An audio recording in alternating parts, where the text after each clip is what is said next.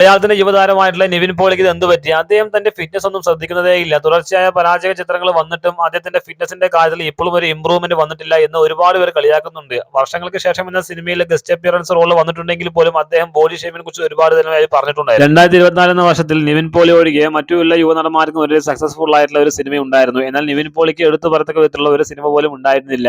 എന്നാലും നമ്മൾ ഏവരും മലയാളികളായുള്ള എല്ലാവരും ആഗ്രഹിക്കുന്നത് നിവിൻ പോളിന്റെ ഒരു കംബാക്ക് തന്നെയാണ്. അതിനെ തന്റെ ഫിറ്റ്നസ് എല്ലാം കുറച്ചുകൊണ്ട് തന്റെ പഴയ ആയിട്ടുള്ള ആ ഒരു ലുക്കിലേക്ക് വന്നു കഴിഞ്ഞാൽ അറ്റ്ലീസ്റ്റ് നല്ലൊരു സക്സസ്ഫുൾ ആയിട്ടുള്ള സിനിമ കിട്ടുമെന്ന കാര്യം യാതൊരു സംശയവുമില്ല. നിവിൻ പോളിന്റെ ഫാൻസുകാർക്കും ഉണ്ടാവും അദ്ദേഹത്തിന് തന്റെ ഇഷ്ടതാരത്തിന് ഒരു ബ്ലോക്ക് ബസ്റ്റർ ആയിട്ടുള്ള ഒരു സിനിമ കിട്ടണം എന്നുള്ളത്. കാരണം അത് അങ്ങനത്തെ ഒരു സിനിമ കിട്ടിയിട്ട് കുറച്ച് കാലങ്ങളായി. കഴിഞ്ഞ വർഷത്തിൽ ഫഹദ് ഫാസിലും ദുൽഖർ സൽമാനും ഉണ്ണിമുകുന്ദനും മാർക്കോയുടെ ഉണ്ണിമുകുന്ദൻ വളരെ സക്സസ്ഫുൾ ആയിട്ടുള്ള സിനിമയാണ് കിട്ടിയത്. കാര്യം എന്തൊക്കെയായാലും നമ്മൾ ഇപ്പോൾ കണ്ടുകൊണ്ടിരിക്കുന്ന ഈ ചിത്രങ്ങൾ മുഴുവൻ നിവിൻ പോളിന്റെ പുതിയ ലേറ്റസ്റ്റ് ആയിട്ടുള്ള പിക്കുകളാണ്. അദ്ദേഹം പഴയ തടിയെല്ലാം കുറച്ച് ഇവ പുതിയ ഫിറ്റ്നസിലേക്ക് പുതിയൊരു ലുക്കിലേക്ക് വന്നിട്ടുണ്ട്. പഴയൊരു പ്രേമൻ ലുക്ക് എല്ലാം കൈവരിച്ചു എന്നാണ് പറയുന്നത്. ആ ഒരു ലുക്കിലേക്ക് ഇപ്പോൾ വന്നിട്ടുണ്ട്. ഇനി ഈ ഒരു ലുക്കിൽ നല്ലൊരു സിനിമ വരികയാണെങ്കിൽ ഒരു മാസ് ആയിക്കോട്ടെ, ഒരു ക്ലാസ് ആയിക്കോട്ടെ, അതല്ലെങ്കിൽ ഒരു റൊമാൻറ്റിക് ആയിട്ടുള്ള ഒരു സിനിമ വരികയാണെങ്കിൽ പോലും അത് തിയേറ്ററിൽ നല്ലൊരു സിനിമ ഒരു വിജയം കൈവരിക്കുകയാണെന്നുണ്ടെങ്കിൽ നിവിൻ പോളിന്റെ അസലായിട്ടുള്ള ഒരു കംബാക്ക് തന്നെയായിരിക്കും. അത് യാതൊരു സംശയവുമില്ല.